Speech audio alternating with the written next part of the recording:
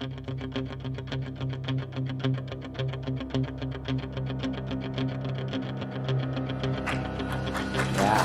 All right. Yeah. Thank you.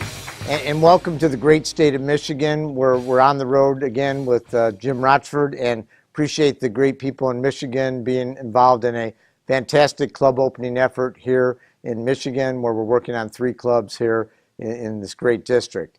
And kind of want to give you an update on where we're at year to date. We now have opened well over 260 new Kiwanis clubs in communities throughout the world. And yeah, fantastic. And I'm really happy to say that over 160 of those new clubs have been right here in the United States of America. And the nice thing, yes, yeah. The nice thing about that is that that's where 70% of our membership is in the Kiwanis world. And frankly, there's been a time since we've held up our share of the weight of the heavy lifting and what we needed to do in terms of opening new clubs. So I appreciate the dedication, particularly of my class of governors and those in the United States in particular, in North America, kind of my good friends north of the border, and also in Latin America as well, in really opening a lot of Kiwanis clubs and spreading the love to a lot of new communities. And frankly, you know, we're on pace for our Formula 409, which is the number of clubs that we set as a goal in my class of governors for this Kiwanis year. And, you know, so what does that mean? Well, what it means is that we have new communities that are servicing service leadership programs, new communities that are adding service leadership programs and making a real impact for youth in the Kiwanis world. So thank you for all you're doing and for your hard work. And in particular, here in Michigan this week, we have really the best of the best. We had 6 Eye of the Tiger leads that are here helping to open new Kiwanis clubs, 3 clubs with my governor, the governor-elect, and a great team from the District of Michigan. And yesterday we had a kind of a kickoff meeting of doing some training, and we had well over 40 people that were present at that meeting. So thank you for all you've done, and thank you to the great Kiwanians in the Michigan District for stepping up and helping them on their way to having double digits in new clubs and definitely an impact here in the great Michigan District. Yeah, thank you. And so we're going to kind of follow our format that we've done on these on the roads with Jim Rochford. We're going to start by talking to my governor, and that's Marian O'Higgins, and she's going to kind of walk us through what's happening here this week in Michigan on the 3 new club sites that we're working on. We're going to follow that up with kind of the guru and the brains behind the Michigan machine in terms of this club opening effort, and that's none other than the governor-elect, Larry Memmer. We're going to follow up with kind of our guru on the tech side, and that's Gary Levine. And we didn't think that Gary Levine could do anything but look good and open clubs. But, you know, there's much more to that package. You know, the full package is that he's a very good tech person in terms of recording of this program. And then we're going to have questions and answers kind of monitored by Alan Geyer from people watching this program. And then finish up with Kendra Skidmore, our queen of the Eye of the Tiger team, talking a little bit about the incentives of the 4th quarter to recognize our real doers in terms of opening clubs throughout the Kiwanis world. And we don't want to forget about both Barb Thompson, the vice chair of the Eye of the Tiger team, and Katrina Branco, who will be the only female representative on the Kiwanis International Board in 1819. So we want to thank them as well. And so, hey, we have spared no expense to bring in the best of the best for Michigan, folks. And so we're going to have a great week, and we'll get on with the rest of the program. Starting with Marian and talking about what we're doing here in Michigan this week. Thank you for joining us, and we look forward to having another great program. A successful convention under the leadership of our chairs of Alan and Melissa Geyer in beautiful Las Vegas. Elvis was seen in the building. We had the Action Club that performed and opened things up. We had Rudy Rudiker at the opening ceremony. We had a fantastic election and a successful, our amendments and bylaws went unscathed in terms of any damage to the organization. And then on Saturday, we had a great closing. And the closing, we recognized our leaders in terms of our membership recruitment, and opening of new clubs. And their names were prominently displayed throughout the entire convention in the Paris Casino in the walkway, so that people's names literally were up in the lights.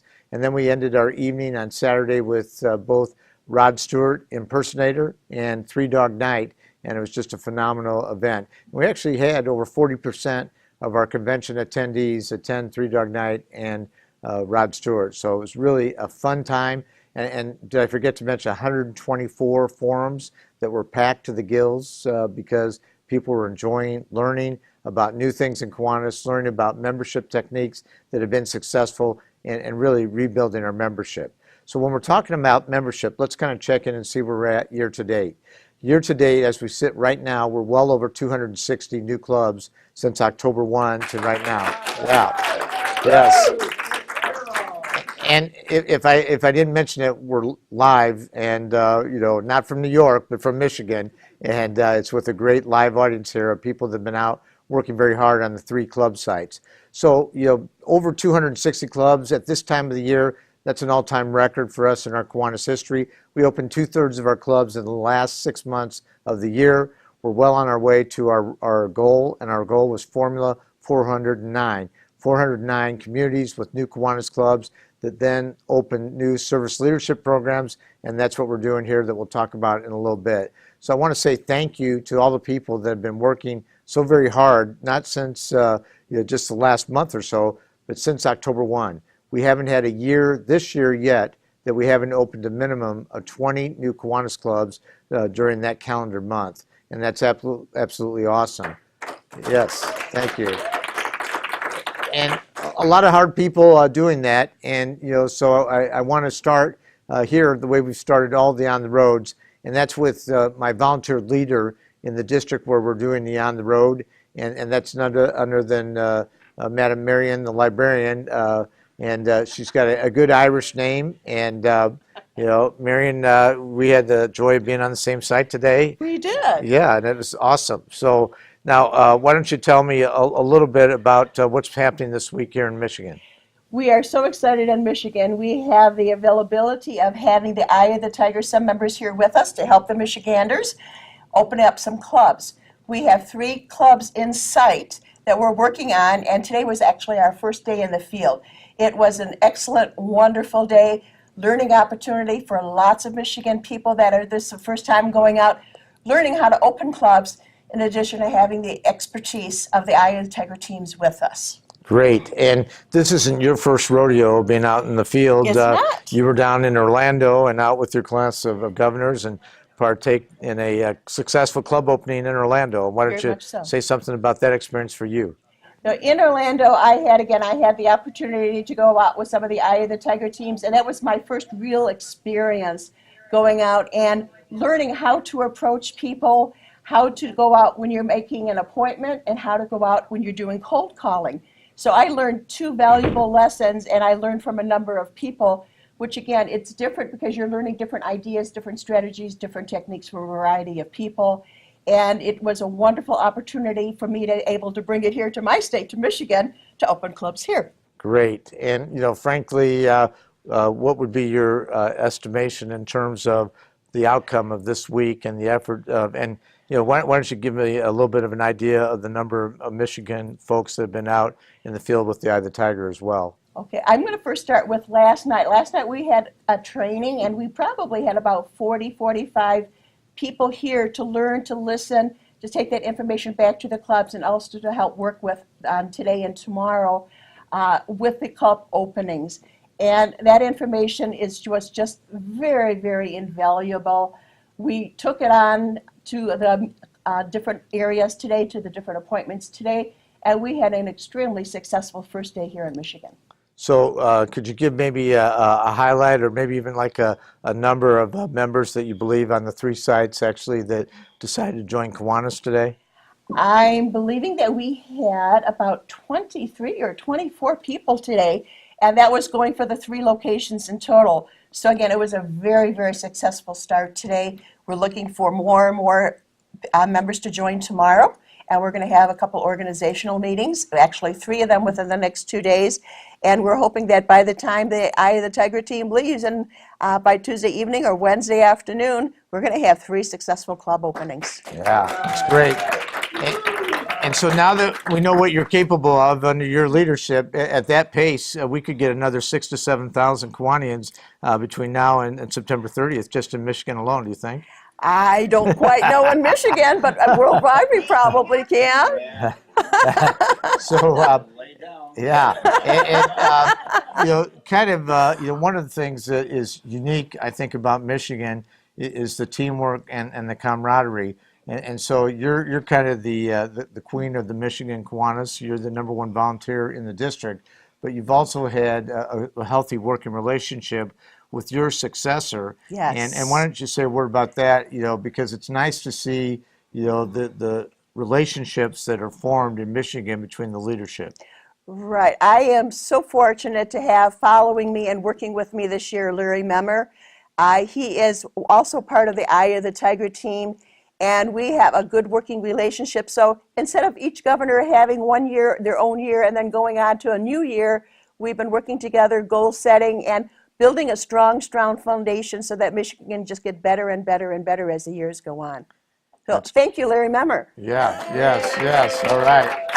It, one of the things in terms of your goals, I think you're well on pace to have the opportunity to get double digits in new clubs. And it's been a long time since the Michigan district had double digits in new clubs. And what can you say in terms of your vision of how likely you think that is between now and September 30th? I can tell you that we're going to be working really, really hard to get to those double digits.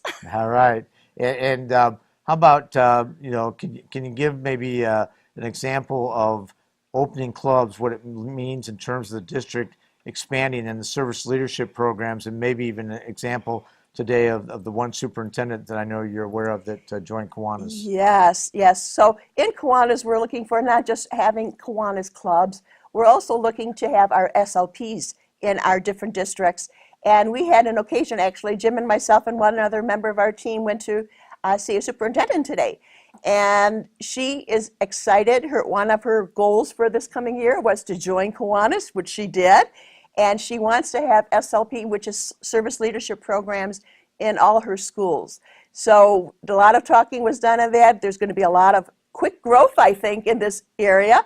And we are excited to have that growth of Kiwanis at all different levels. Great. And, congratulations on a great year under your leadership. Our mantra has been kind of leading by example. You certainly have been doing that. And, by the end of this month, I think we easily could be at 7 new clubs in Michigan. And with only 3 more to go over the next 60 days after that, I think you're well on your way to having double digits in new clubs. So, thank you so much for your hard work and your leadership, and keep it up. Jim, I appreciate your efforts and your hard work, and because we can only be good leaders when we have a good leader to follow. And so we really appreciate in Michigan your leadership with us. All right. Thank you. I'll pay you later for that. All right. So thank you. Yes, thank you. So, we've talked a little bit about cooperation and teamwork. And, frankly, one of the things that I like to talk about in Kiwanis is that 1 + 1 = 3. And what that means is that any of us could go out and do community service. We don't need Kiwanis to do community service. But when we come together and we work together under the umbrella of the Kiwanis programs, what we can achieve is can greatly exceed what we can do individually. And there's no better example than that, than right here in Michigan, with the working relationship between the current governor, the Queen of Michigan Kiwanis right now, Marian O'Higgins, and that her successor, and that is Larry Memmer. And Larry is a card-carrying member of the leadership team of the Eye of the Tiger, but even more importantly, he's the governor-elect. And the working relationship between these two people at the helm of the Kiwanis in Michigan has been really as good as any that I've seen in the entire Kiwanis world. So I want to bring Larry Memmer in to talk to him for a moment because he's kind of been the mastermind behind the pre-work that's been done on this effort here. And Larry, welcome to the table here. And so Larry Memmer is kind of like a pure gentleman. I mean, it's kind of like if you can't get along with Larry Memmer, you can't get along with anybody. So, and even his wife will say that, which is also good to know. So, but Larry, why don't you tell us a little bit about your activity in terms of the preparation for this week? The process is, if you need to start this process very early, we like to start any major blitz like this at least 4 to 5 months ahead of time, because the pre-planning and the pre-work that you do will depend on the success you have on those days that you're out in the field, like what we're doing these next few days here in Michigan. And why don't you kind of give a summary of what you mean in the pre-planning, just, not Mhm. necessarily the timetable, but some of the activities that were performed by you and other members of your team. Well, first of all, the key is to find appoint the sponsoring clubs for these new clubs. So it's an existing club that can help bring along and mentor the new clubs. And we like to have at least two counselors or coaches, you call them, assigned to that club from existing clubs that are going to be watching over this new club. So that's one of the first things that has to happen is you need to find those persons, get them committed, and get them familiar with what that club's goals are and how we can best make it happen in those new locations. A lot of the pre-work is meant to finding out what our competition is in those communities, and then finding out what the needs are, and doing a needs assessment survey of the community, determine out what other service clubs are in that community, what they need, what does that community need that we can fill as a Kiwanis organization, and that's a starting point. And then we put together a plan of a date plan of for the next 2 or 3 months of all the things that have to be done, all the pre-work, getting out in the communities, getting our people organized. And then the real work begins when we get within about a month of it, when we have to start finding people that will come and work with us and get in the field and get new members signed up to help organize these clubs. And that's a job. The scheduling of that and the actual organization of that is one of the most key parts of it. And then I can't say enough about the position of people to make appointments. We were not as successful this time in making appointments that I would have liked to see. Jim tells me he wants 20 per site before he ever comes to town. Well, we missed that one by a little ways. And yet, and you heard Marian say that we had 23 or 24 new applications today out on the 3 sites. And even with not having maybe an ideal world, we still can get those appointments. We can get applications and checks of new members. And frankly, this isn't your first rodeo by a long shot. You've kind of been a guru in terms of club opening for a few years here, and you're coming in as a governor, starting October 1, and I'm sure that you're going to continue this quest for building our membership through new clubs in Michigan, and I think we'll see big numbers. This won't be the last time we'll see double digits, I think, in Right. a short time period in Right, Michigan, yeah. right? Well, Michigan's been successful. Last year we opened 7 clubs, so this year we're shooting for 10. So during the formula over the last 5 years, we've been successful in opening a number of clubs in Michigan, which has helped us grow. So I think that's a good tribute to all our people that have been involved in it. Yeah, very good. And Good. if I'm not mistaken, I think Michigan is 5th in the Kiwanis world during the formula of 5 years in new clubs open. So, they're Right. right up there near the top. Right. And certainly you and Marian and others have played a key role in that. So we're appreciative of that. The other thing is that what do you see the benefit of these blitzes like this, of doing 3 club openings in a few days, as far as long range in terms of training of people that actually go out in the field from Michigan that maybe have never even done it before? Well, how do you evaluate that?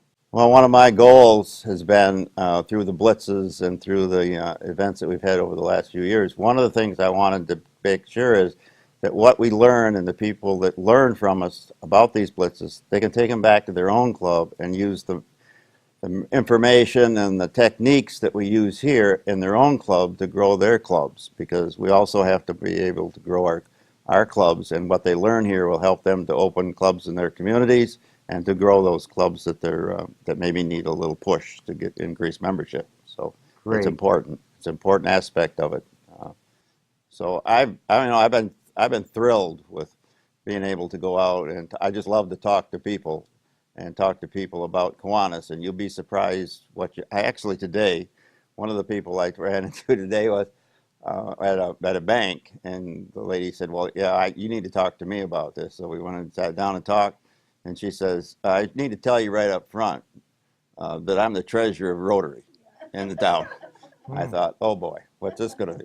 But in the end, she gave me the name of another branch manager across town that is just starting, very young, just starting, and needs to get involved in the community and wants to get involved in the community. So we're going to be contacting to her, and she will more likely wants to join. So you never know what you find is going to be take you to another level or another person. So you always got to keep an open mind. Yeah, very good. So, you know, thank you for all that you've done, and I know that you'll continue to follow up on these clubs to make sure they finish and are strong. And at the same time, I think that we'll see back-to-back years in the Michigan district with double digits in new clubs, and certainly the M&M tag team has been a part of that. But you'll finish that through next year, and I'm certain that we'll be back to help you as well next year because of all your dedication to membership in new clubs. So thank you, Larry. I appreciate it. Thank you. Yeah, thank you. All right.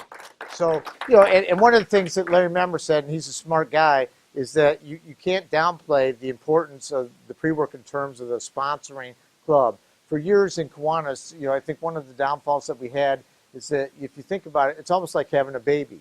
And when you have a baby, you plan out, hey, what color is the nursery going to be? What kind of crib are we going to have? What kind of toys are we going to have?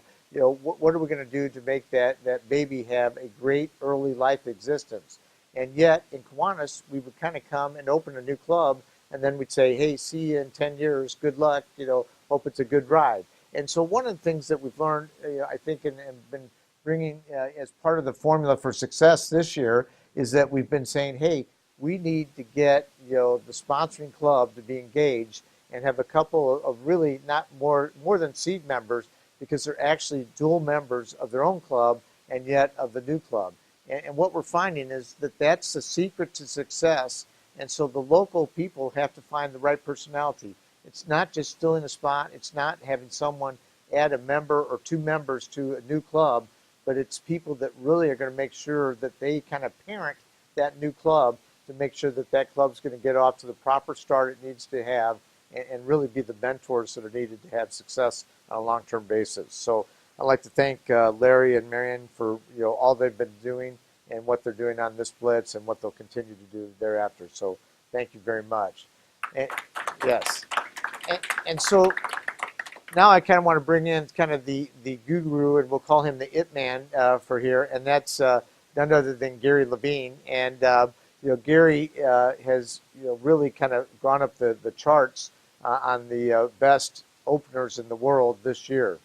Frankly, at the beginning of this year, on October 1, even though Gary had a very successful tenure as the chair of the EC&C, Eastern Canada and Caribbean District, under the formula the first 3 years of its existence, he had a very high success rate collectively, leading the way by example with that group. But he still individually wasn't really on the radar screen as one of the best openers in the world. And this year, from October 1 to now, he's really kind of blown by many people to become one of the greatest club openers in the world. But before you think that, you know, Gary Levine is just a fast-talking, silver-tongued devil that can, you know, convince anyone to start and open a new Kiwanis club, you know, this guy has much more talent than that. In fact, you know, he's an actor, and you know, in fact, he convinced his lovely wife to marry him. So we know he's got salesmanship and ability to close the deal, and so we have a lot of respect for that. But you know, Gary has kind of been the tech man behind the scene here, and kind of set up this thing. So I want to bring Gary in for a minute to kind of talk with me a little bit about some of the preparation and how this program will be available to see if you didn't get to see it tonight. So Gary Levine, come on in. Yeah, good to see you. So, Good to see you. So Gary, first let's talk about briefly, you're a card-carrying member of the Eye of the Tiger leadership team. You're actually the chair of the Canada part of the Eye of the Tiger. And this year we happen to have 3 districts that have a governor that is from Canada. So you've kind of got 3 that are under your direct guard. But at the same time, you've been a regular member on a lot of these blitzes. And why don't you say just a few words about what that's done for your ability to be a great club opener? Well, Jim, it's a great opportunity. It's a great opportunity for anybody to get out in the field and work with any of the Eye of the Tigers. And you're right. For myself, when I went to the Chicago Blitz at the beginning of the year, I really hadn't done a lot of club opening before. I'd done a couple of them, and we really had done none of them in what we like to affectionately refer to as the Rochford model. And the Rochford model is the model that really accentuates the ability to close, the ability to get applications and not leave them on the table for the next guy or the guy after that, so that it kind of lasts 1 month, 2 months, 3 months, 4 months, et cetera, which is kind of what we did in the past up in EC&C. We were very successful as far as starting new clubs, but they took a long time. They took a long time to do. And in the current model, they don't take nearly as long a time to do, which is great because it really encourages everybody to work together as a team. I kind of like to think of it as bringing the band back together. I'm coming here and working with people like Alan from California, or Barb from Missouri, or Katrina from Georgia, whatever, from all over the United States. In fact, from all over the world, Lee Kuan Yeung, et cetera, from Malaysia. And these are all people that I've learned from, that I've had an opportunity to go out in the field with, and frankly, develop my own skills and become better as a club opener because of it. Yeah, and for you to put Rochford and motto in the same sentence, that's almost an oxymoron, don't you think? They're different kind of models, etc. So, but the thing is that your confidence and your skill level, I've seen it grow unbelievably. And I don't know what your numbers are, but you may have them at the tip of your tongue. But you've been involved in a lot of club openings this Kiwanis year, and individually recruited quite a few members. And do you have those right on the tip of your tongue there? Or? Yeah, I do. I guess, this current one I'm on now will be about the 17th club, and I'm pretty confident we're going to get it opened in the next day or so. And as of today, I've already brought in about 105 members this Kiwanis year. Yeah. So now, I think Marian is talking about having you relocate to Michigan and create that Michigan Minute over and over again. Just give me one more minute. Let me think about that. That's right. Yeah. So we won't break it to Julia yet. So, but the thing is that you also have other skills, and that's kind of your background in. We'll call it a techie or whatever, and you're kind of a guy of many talents, and why don't you tell us what it is that you have skill level in terms of that area of your skill set. Well, I still remember the day that my dad, who was a great hotelier in Canada, in Winnipeg. We grew up in Western Canada, or I grew up in Western Canada there after moving from the States, and he'd set up this management training program throughout Europe with Holiday and Commonwealth. And he knew people, he'd set it up, and he brought me in. I remember I was up in the bedroom, he sat me down on the corner of his bed, and he sat down in the other corner. It was like, son, it was one of these sort of father-son talks. He wanted to talk about my future, because I was, what's happening after high school at this point, going into university, et cetera. And he had it all mapped out, and he outlined this great vision. And I said, Dad, that's great, but I want to be an actor. And I remember that kind of look on his face that said, like, oh my gosh, how's this guy going to put food on his table, et cetera. But I mean, that's initially what I did. I went overseas and studied in England, et cetera, and did that for about 5-10 years or whatever. And then eventually went into television and worked as a producer and a director and writer of TV shows in Canada and in Toronto and Winnipeg and up in Owen Sound, where I live.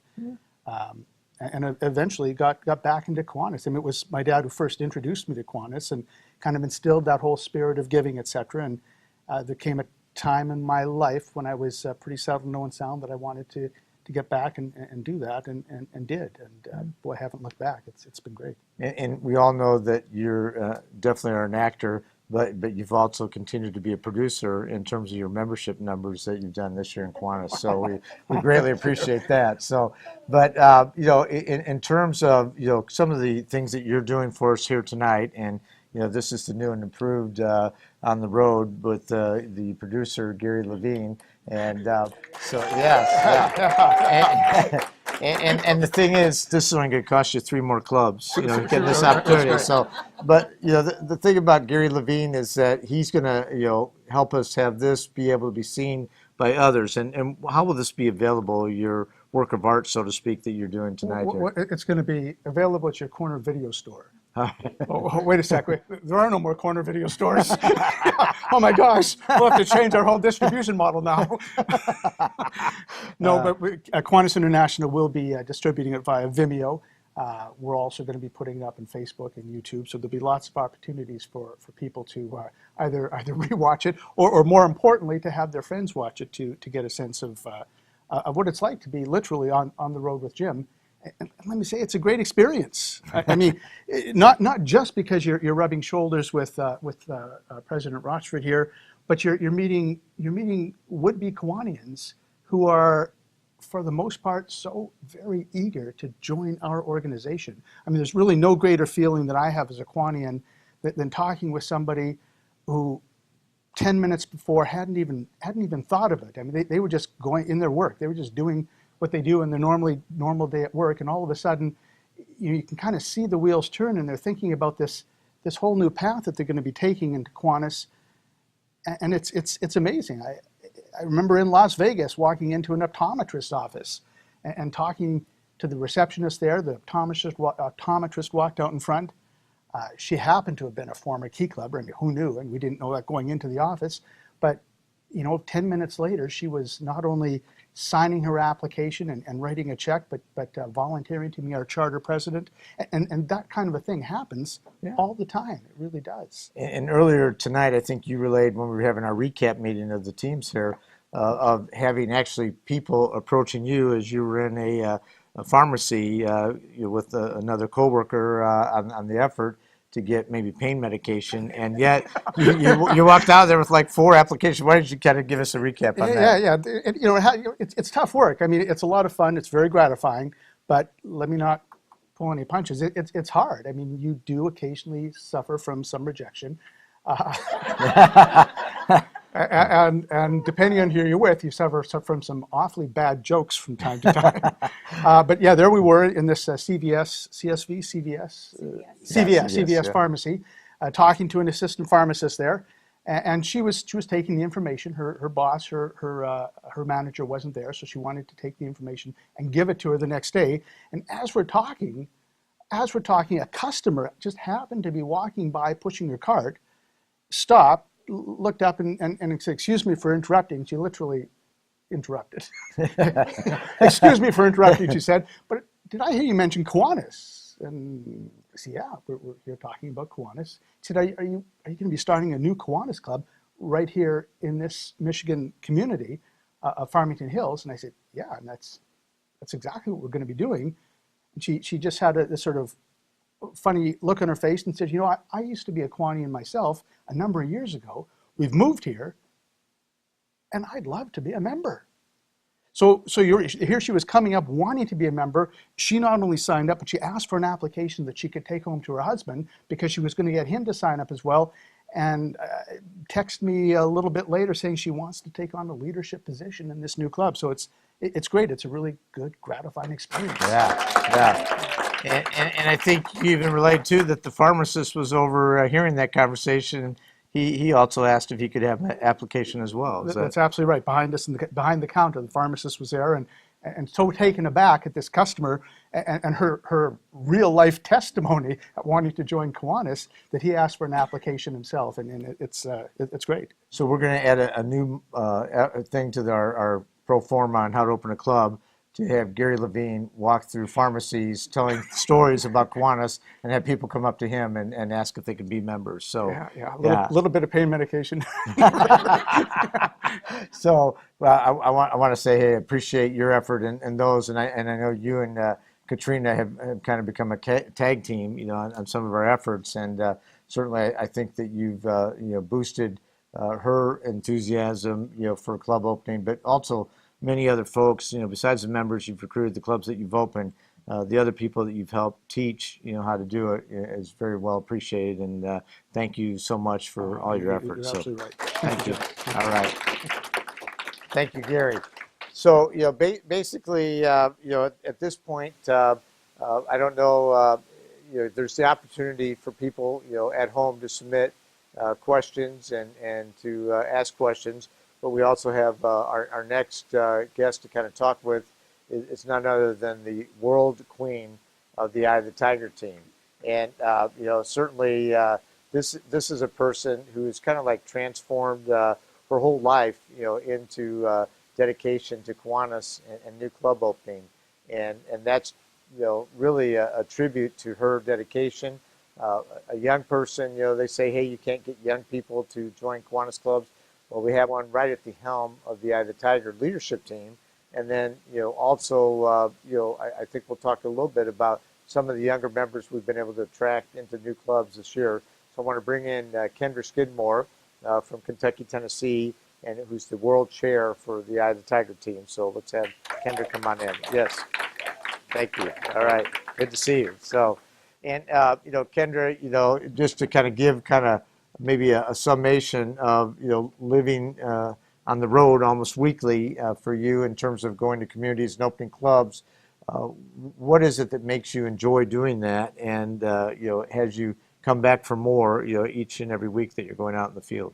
I think probably the most rewarding is seeing people realize that they can do it, and seeing the successes in the districts, but not only in the districts, but in our members.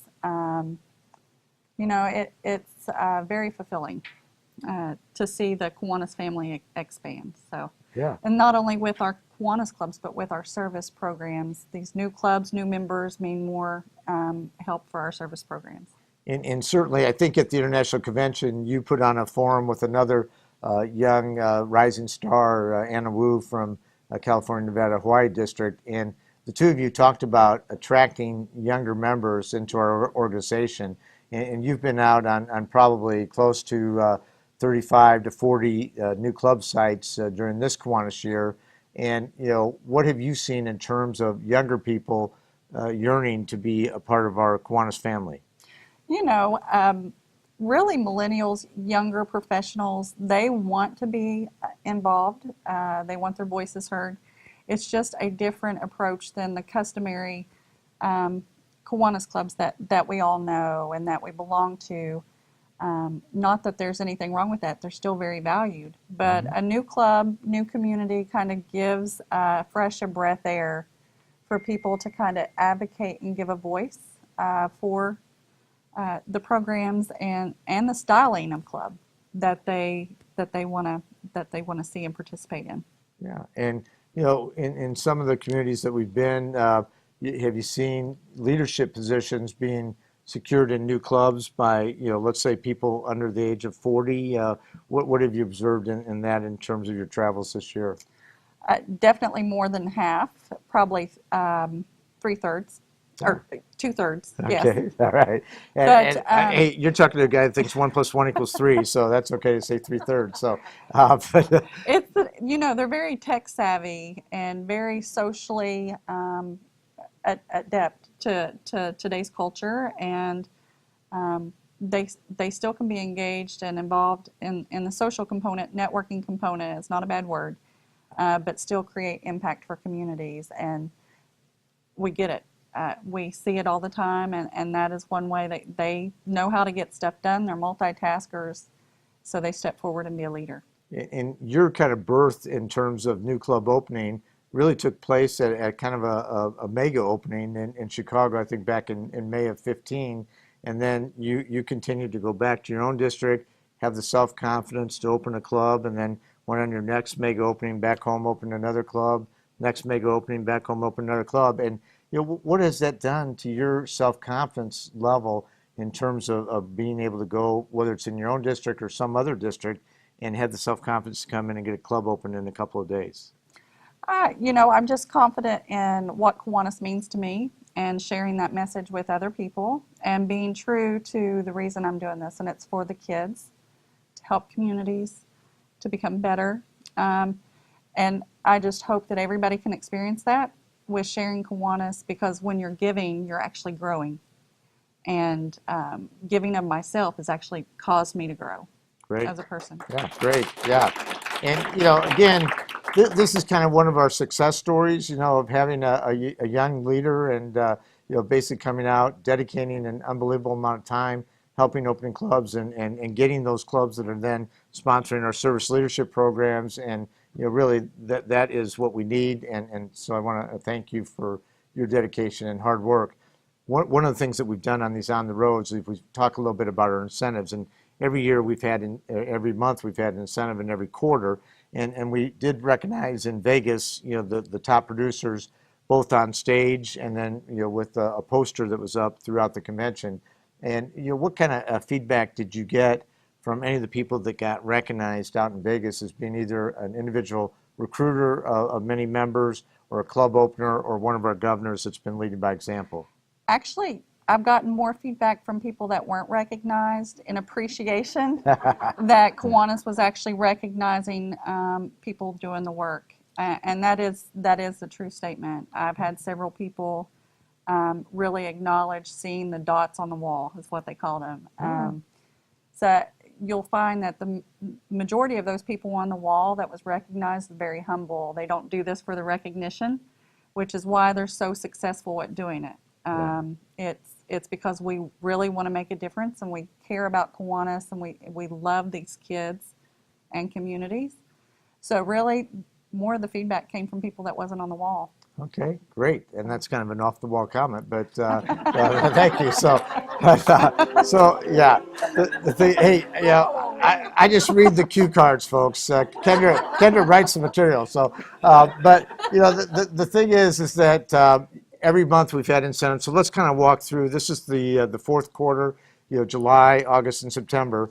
And so, in July, kind of like for the overall goal for a district that we have, we've actually decided to expand that through August. And so, what that is that July and August, the district that opens the most clubs is going to get the Eye of the Tiger team to come to them in September and help open another club in their district. And that could be somewhere like Michigan, where we've already been, and yet does a great job, and we come back. So what do you think about that as an incentive of rewarding the district that opens the most clubs in July and August with the Eye of the Tiger coming back to them? I think it's very appealing for the districts, because the whole concept or creation of the Eye of the Tiger team was to create another layer of support for the districts. More people, more hands to get the job done. So that gives them that capability to access that team. Okay, great. And in the month of July, we also have another incentive, and that would be for the top club opener in the Kiwanis world, and that could be anyone. And why don't you explain what that is for the month of July? That is a Fire Tablet 7. It's a 7-inch screen, but it's actually one of the best-selling tablets on the market right now. Surf the web, watch videos, check emails, but it is a top seller. It's 7 hours of battery life from reading life. So Could also keep track of prospective members on that, I would suspect, right? I bet you could log into the Kiwanis portal. There you go. Yep. And so, that's going to go, with the top person that opens the most clubs in the month of July. And so, frankly, with Michigan, I think Marian's indicated that they're going to open 5 clubs here in the month of July. So, quite frankly, it could be somebody right in this room from Michigan that could be a leader for that, right? Could potentially be, unless there's a district that's sleeping out there that wants to pass them. So Okay, great. that's available. All right, that's great. So, and then in the month of August, we'll have the ongoing incentive for the district that opens the most clubs through August as well, and collectively. But what's the individual incentive for the top club opener in August? So for the top club opener in August, it's a Garmin VivoFit. It's water resistant, interchangeable bands. It's got online. It's got an online fitness community access within the Garmin community. But it's one of the top rated. Obviously, people know what Garmin is. So. Sure. And so that would be something that could keep track of your steps and let you know where you're at. And a heart monitor, sleep monitor. Right. So, that would be the kind of thing that you're making sure that you get enough sleep, right? And we know you need sleep, I need right? that. Yeah. And it's not pretty, folks, if she doesn't get enough sleep. But, so the thing is that, and that's something, do you own one of those yourself or not? I don't yet. Okay, so hey, you better go out and open some more clubs then. So, frankly, that's kind of nice, and we're kind of trying to appeal to the younger age group, wouldn't you say, by having something like that? Well, and it's very tech savvy recognition. The gifts are kind of more electronically inclined, and fitting with the current technology. So Right. who doesn't have or want a tablet or a fitness tracker? So Yeah, I mean, what would life be without that? So yes. we're trying to create healthy lifestyles, Jim. That's right. So, let's move on to September, and that's when the big finish, is coming to our Kiwanis year. And so, what is the incentive for the month of September? Or do you have that on the tip of your tongue there? Well, September is the Amazon gift card. Yes. So an Amazon gift card, and that'll be to the top individual club opener, right? That is correct. And that could be anybody at any level, anywhere in the Kiwanis world, and certainly you can use that. And then, for that quarter, we also have an incentive for, is that the top? Go ahead. No, go. No. So the top for the last quarter of the year, the top is that the top club opener for the gloves? Yes. Okay. Yes. So basically, what we're doing, you could say we're kind of taking the gloves off in the fourth quarter, and we have an autographed Muhammad Ali autographed glove, and in a beautiful case, so that it'll be prominently displayed in case. And I believe that it's maybe a blue glove that has you can see the signature of Muhammad Ali on there very clearly. So a nice display case. Yeah, nice Yes. display case. And again, with you being from Kentucky, Muhammad Ali, I believe, was from Kentucky, Louisville. right? Or Louisville, yeah. Yes. And he has a beautiful museum there as well, Yes. right? And, you'd be ready to take the gloves off to take on Muhammad Ali, I heard, if he didn't join Kiwanis. He is the champ. Yeah, he's the champ. So, but Muhammad Ali, and many people may not know this, but he really did have a heart for Kiwanis, and actually at one point was approached about being kind of a spokesperson for Lemonade, and his health was starting to deteriorate, so he couldn't do that. But he did donate 5 sets of autographed boxing gloves to Kiwanis, with the proceeds for that to go to Eliminate. And so that particular glove I won through an Eliminate fundraiser, where I bought as many tickets as I could, and then lo and behold, got it, and so I'm donating it back as an incentive. And again, wouldn't you love to have a Muhammad Ali autographed glove? I actually would. Yeah. Yes. So I would love that. Being from Kentucky, I mean, how much better can life get? So, and so then we also have kind of a year-end incentive that we're having, and the year-end incentive is really was geared at our governors, right? And so we kind of started this out at the governor-elect training. And one of the things that we decided is that we were looking at some presidential bus, and that kind of became a bus, so to speak, because it didn't seem to get the enthusiasm that we were hoping for. So what we did is we kind of made a change, and the change that we made was that we actually are going to have, for those top producing governors in terms of new clubs that make their goal, that our incentive is going to be for them to get a reward in Disney at next year's convention in Orlando. And why don't you say a couple words about that? Well, that's one place that we want to see them, is in Mickey's house. So Yeah. yes. It's about the family. Kiwanis is about family. Disney is about family. So it's a great incentive, and it pulls people toward the convention. So Yeah, and so that'll be a great thing, and we're kind of giving options to the class of governors, and they're going to kind of select what would be the best incentive. And there's no truth to the rumor that it's actually a Mickey Mouse operation, though, in Kiwanis this year. And but again, in the image and likeness of the M&M team here in Michigan, we're basically trying to have that relationship between one year and the next year be very healthy. And so we want to support the 18-19 team by having everybody who can't go to the convention in Orlando have as great a time as we had in Las Vegas, make it even bigger and better next year, and do that by recognizing our top producers. So besides the governors that reach their goal, we're also going to have the top individual recruiter and the top individual club opener also participate in that same event that will be somewhere on Disney property or somewhere in the Orlando area to reward those top producers. And what do you think about that? well, I think it takes a village to get districts looking toward positive growth. So it's not just one person. Even though one person can make a substantial impact, it truly takes a team. And that is what we're trying to create, is that consistency year after year, where they support each other, are helping each other, and it lessens the load off one person. And did you get any feedback? We recognized our top producers as of the convention on stage, and that would be our individual recruiters, our new club openers, and our governors. What feedback, if any? You were on the stage and kind of handing out, the last quarter was the Rudy Rudiker quarter, where we gave out autographed mini helmets of Notre Dame, DVDs that were autographed, and also autographed photos of Rudy.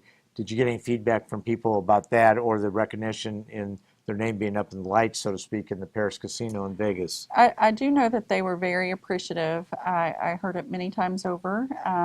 They found Rudy very inspiring.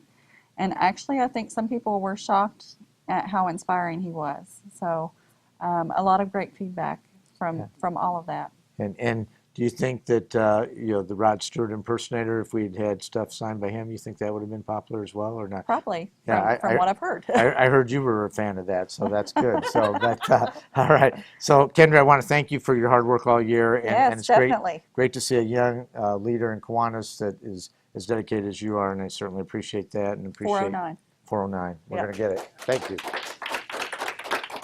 All right, and I don't know, Alan Geyer is in the building, kind of like Elvis, and I know that we may be having a few questions that might be forthcoming from anyone in the audience that might be asking for the opportunity to ask a question. So, Alan, do you have any questions that you would like to pass on here? Let me scroll down real quick, get them. And while we're taking a moment, Alan Geyer is kind of the Formula and the Eye of the Tiger lead from kind of the western part of the United States. And interestingly, the CNH team that he's kind of helped put together has actually opened the most new clubs this year in North America, and I think it's 19. And my understanding, yeah, fantastic. And it's clear to say that that wouldn't have happened without the leadership and dedication of Alan, as well as Valerie Klingenhofer and Anna Wu and Mahmoud Bashir, some of his key supporters, Dr. Robert Larson. But it's been a great team effort, and we really appreciate the efforts that he's done. And Alan's been still out on many of these mega openings and helping, leading the way by example himself. So. Thank you, President Jim. The first question we have comes from Mark. It says, I am trying to get off the ground with a new club in an area of southern New Jersey, which has two large orphaned key clubs. My question is, with school out of session, how do I tap into the natural resources which are ripe for potential members?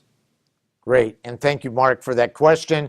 Our number one place to go when I've been asked, where would you like to go to open a new club, is an orphan key club. And an orphan key club is not defined as a place where there's not a Kiwanis club that is mentoring a key club. It's where there's not a Kiwanis club in the same community as the school.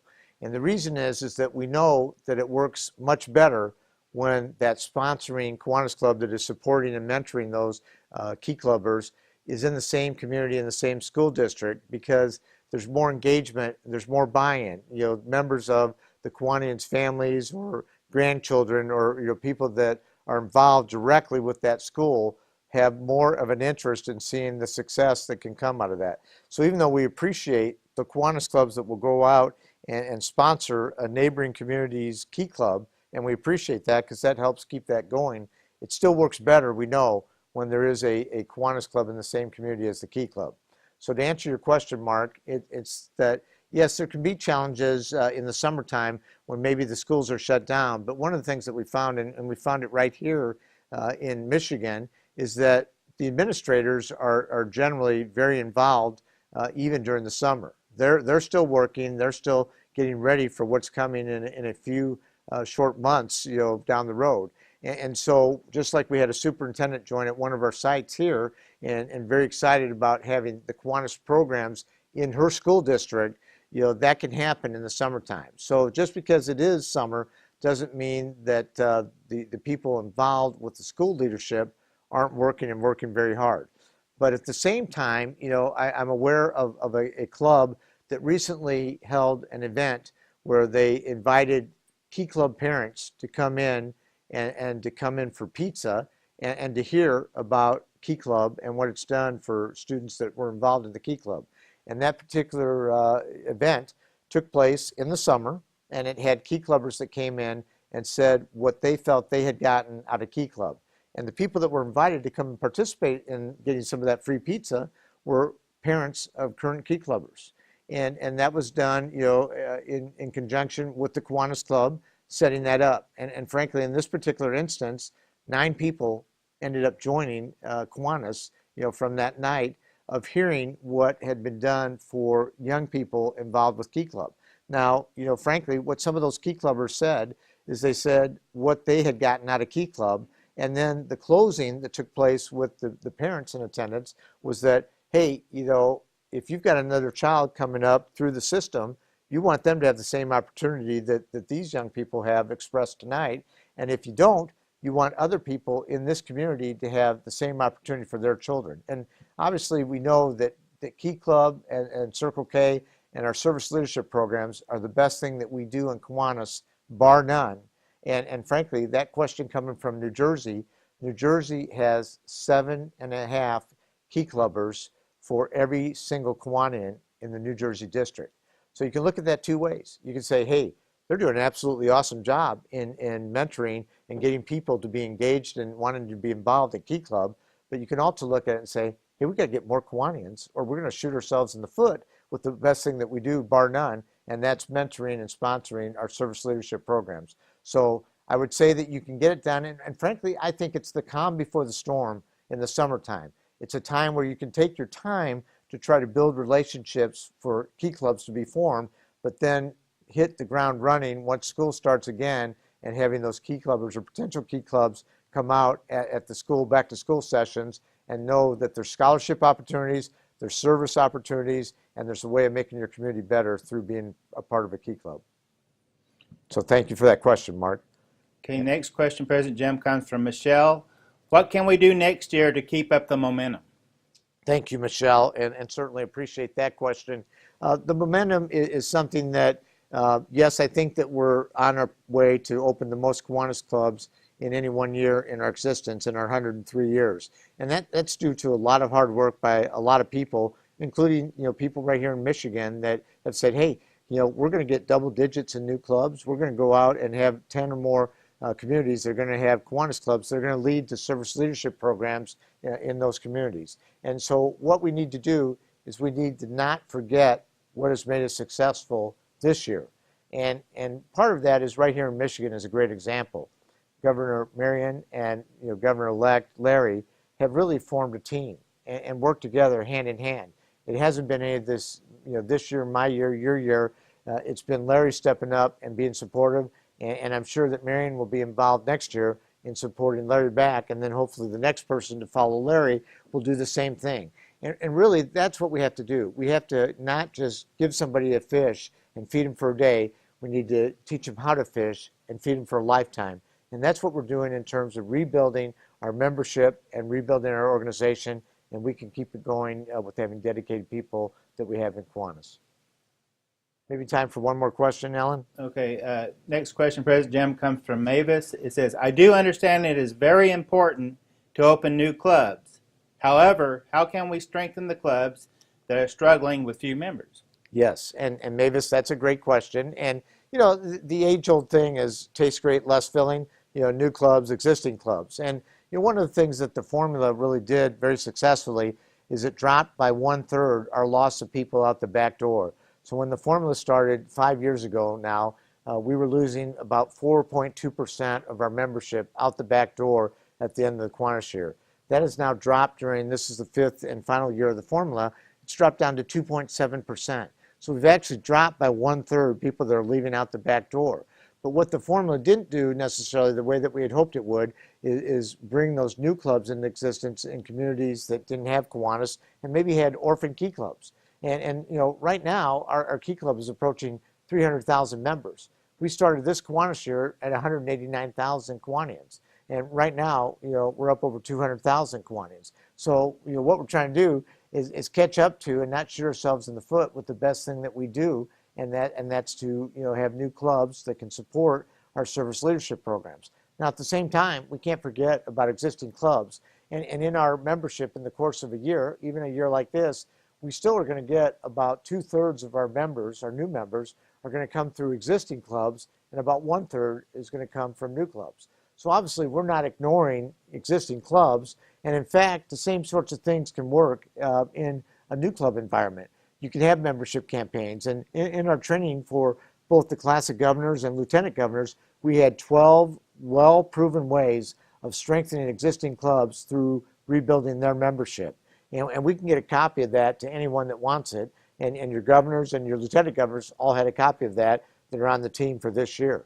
And it's many of the things that we've talked about. It's having events to invite Key Club parents to hear success stories from Key Clubbers and why they should be in Kiwanis. It's to maybe have a 600-pound stuffed gorilla, and that if somebody's name is drawn out of the hat in that club and they haven't either brought in a new member or brought a prospective member as a guest, that they have to take that 600-pound gorilla home with them until they bring a guest or sign a new member. And so to get the monkey off their back, they got to help build membership in that club. And so some divisions have actually taken that same idea and done it on a division level that says once they get a new member in their club, they can deliver the 600-pound stuffed gorilla to any club in the division and leave it there until they get a new member to join that club. So we can have fun and at the same time rebuild membership in existing clubs, but we absolutely have to open Kiwanis in new clubs, in new communities, so that we can service our service leadership programs. So we really got to do both.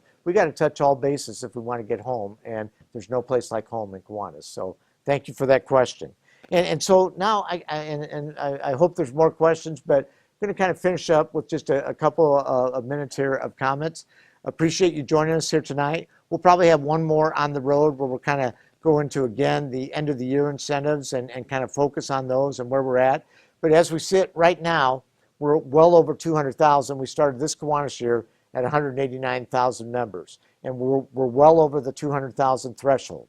Now, I fully believe with the efforts of the Eye of the Tiger team and the leadership that we have in my class of governors throughout the world, that we're going to end up somewhere around 220,000 members by the end of September 30th.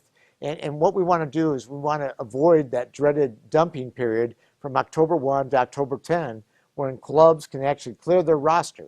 Instead of clearing your roster, we need to reach out to someone we haven't seen between now and then and say, hey, we missed you, and we'd love to have you come back. We got a great program. We think you would enjoy that. Can you come and enjoy us? We'd just love to see you. We'd love to have you get back engaged and be involved in the club.